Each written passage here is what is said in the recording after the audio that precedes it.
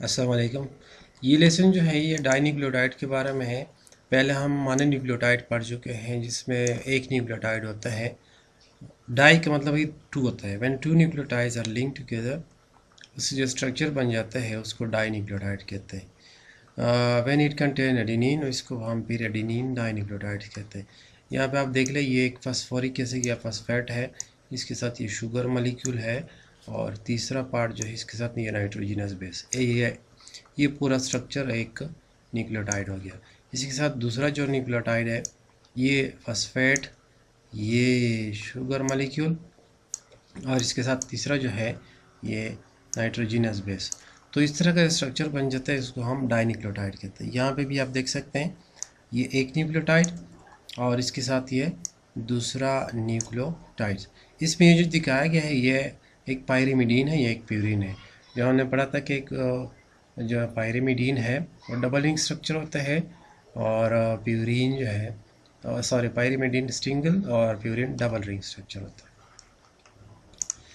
इसके बाद डाइन्यूक्लियोटाइड जो है उसके एग्जांपल क्या है, कैसे हम देख सकते हैं। कोएंजाइम जो है उसको हम डाइन्यूक्लियोटाइड से बनते हैं, उसको हम कैसे पहचानेंगे।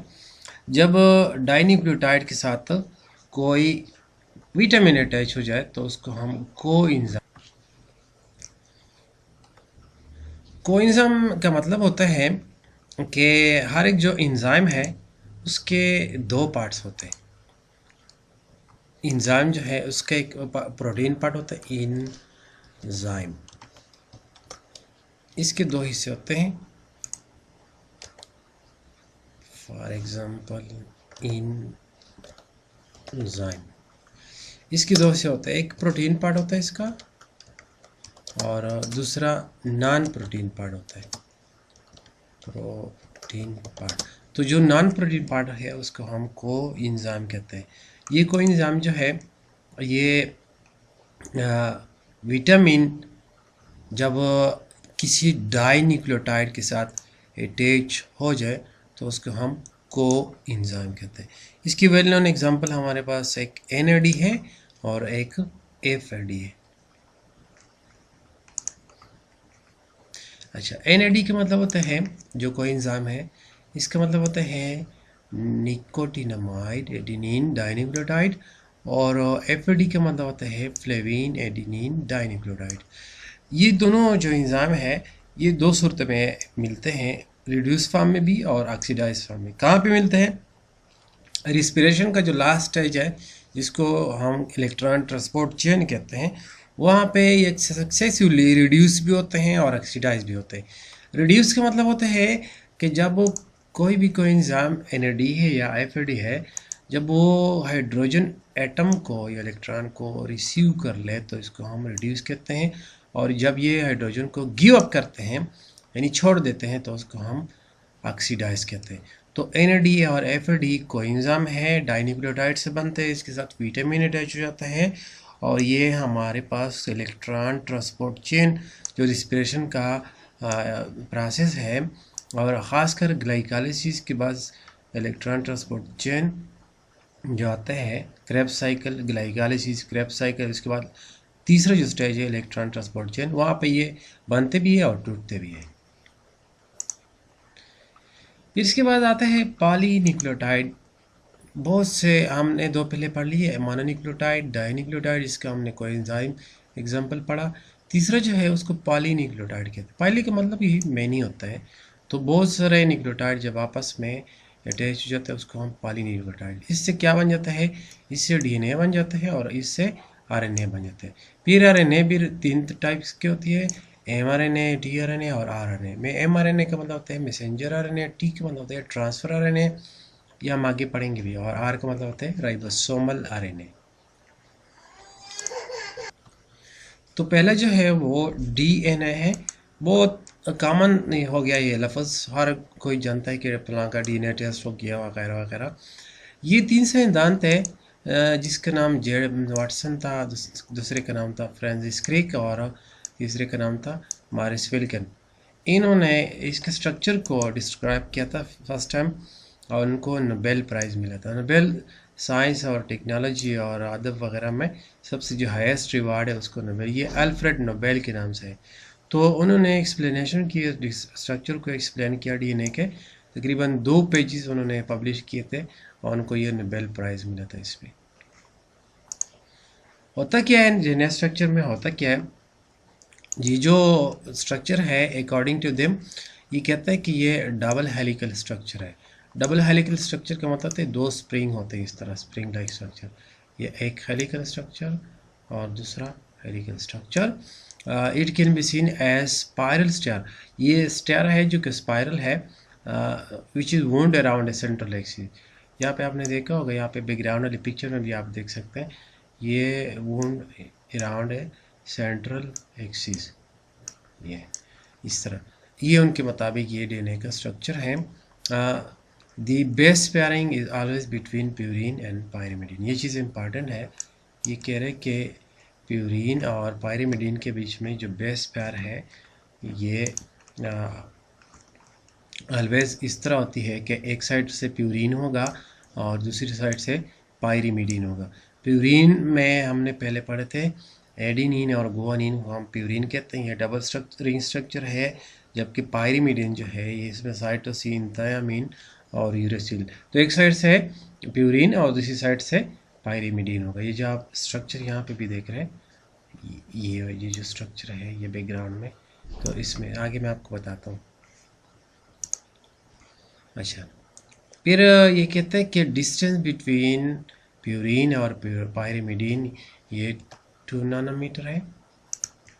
यानी एक साइड से प्यूरिन फॉर एग्जांपल है, एक साइड से ये डबल हेलिकल स्ट्रक्चर है, तो एक साइड से प्यूरिन और दूसरी साइड से पायरिमिडीन, इनके बीच में जो डिस्टेंस है ये 2 नैनोमीटर है। और there is a distance of 0.34 nanometre between 2 base pair. 2 base pair के बीच में, फॉर एग्जांपल एक बेस पेयर है और दूसरा बेस पेयर है, इसके बीच में जो स्पेस है वो 0.34 नैनोमीटर होता है।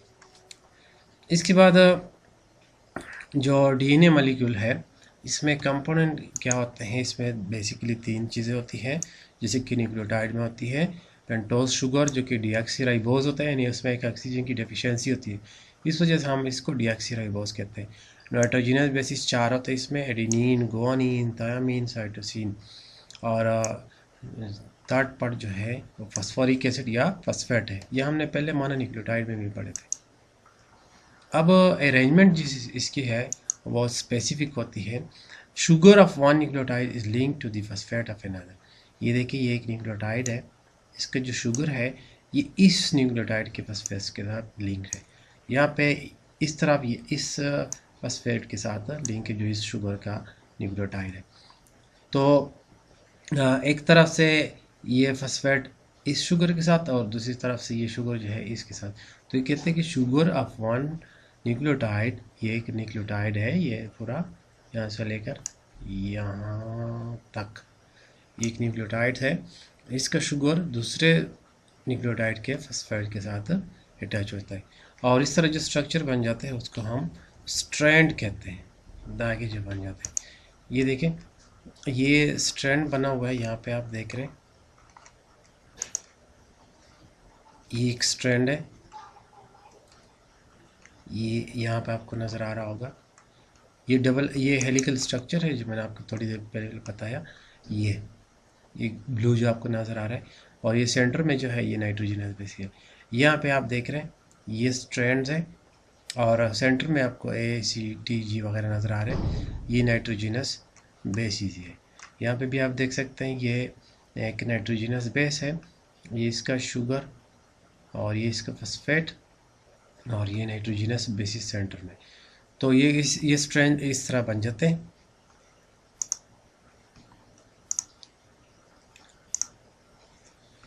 अच्छा, इसके बाद अगली जो इम्पॉर्टेंट बात है वो ये है कि बैकबोन ऑफ डीएनए मॉलिक्यूल वो क्या होती है। बैकबोन जो है इसके ये जो शुगर और फॉस्फेट जहाँ पे वाक़या है ये एक स्ट्रैंड हो गया और इसके साथ ये दूसरा स्ट्रैंड हो गया, ये इसके लेडर की तरह बन रहे हैं। यहाँ नीचे देख रहे हैं लेडर लिखा हुआ है यहाँ पे, तो ये 2 स्ट्रैंड हो गए इसके और सेंटर में जो आपको नज़र आ रहा है, इस स्ट्रैंड के अंदर देखिए एक फॉस्फेट होगा, दूसरा शुगर होगा, एक फॉस्फेट और दूसरा शुगर, ये फॉस्फेट और शुगर, इस तरफ भी एक शुगर और एक फॉस्फेट, ये अपोजिट डायरेक्शन में जा रहे हैं।